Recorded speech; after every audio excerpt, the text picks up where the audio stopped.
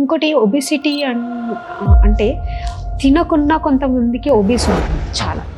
నేను కొంచెమే తింటున్నాను అయినా నేను ఇలా బరువు పెరిగిపోతున్నాను అనే కేసెస్ ఉన్నాయా మీ దగ్గర? అలాంటి ఏమన్నా 100% సాల్వ్ అవుతాయా ఇండియాలో? ఒక సింపుల్ ఎగ్జాంపుల్ చెప్తానండి. చాలా మంది ఏమంటారంటే, సార్ నేను ఒక వెయిట్ లాస్ కోర్స్ జాయిన్ అయ్యాను.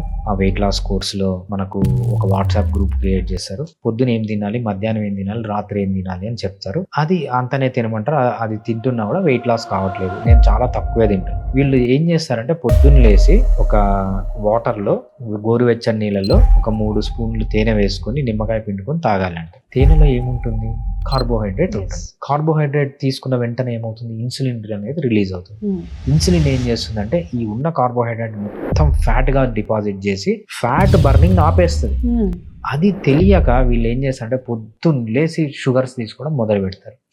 చాలా మంది ఎవరైతే మేము కొంచెం తింటున్నాము అని ఎవరైతే అంటున్నారో 100లో ఆల్మోస్ట్ 99 మంది చేసే పని ఏంటి అంటే, మేము కరెక్ట్ గా తింటున్నాం అనుకుని రాంగ్ డైట్ ఫాలో కావడం. మీరు షుగర్స్ తగ్గించేంత వరకు వెయిట్ లాస్ అనేది జరగదు. సో అది తెలియక చాలా మంది ఏం చేస్తారంటే ఫుడ్ తగ్గిస్తారు. ఫుడ్ తగ్గించడం అనేది సొల్యూషన్ కాదు. ఫుడ్ తగ్గిస్తే ఏంటంటే బయట నుంచి క్యాలరీస్ రావట్లేదు, లోపల ఉన్న ఫ్యాట్ ని మీరు యూజ్ చేసుకోవట్లేదు. మీకు ఎనర్జీ డెఫిసిట్ లోకి వెళ్ళి హాస్పిటల్లో అడ్మిట్ కావడం, ఐసీయూలో అడ్మిట్ కావడం చాలా మందిని చూసాను అనమాట.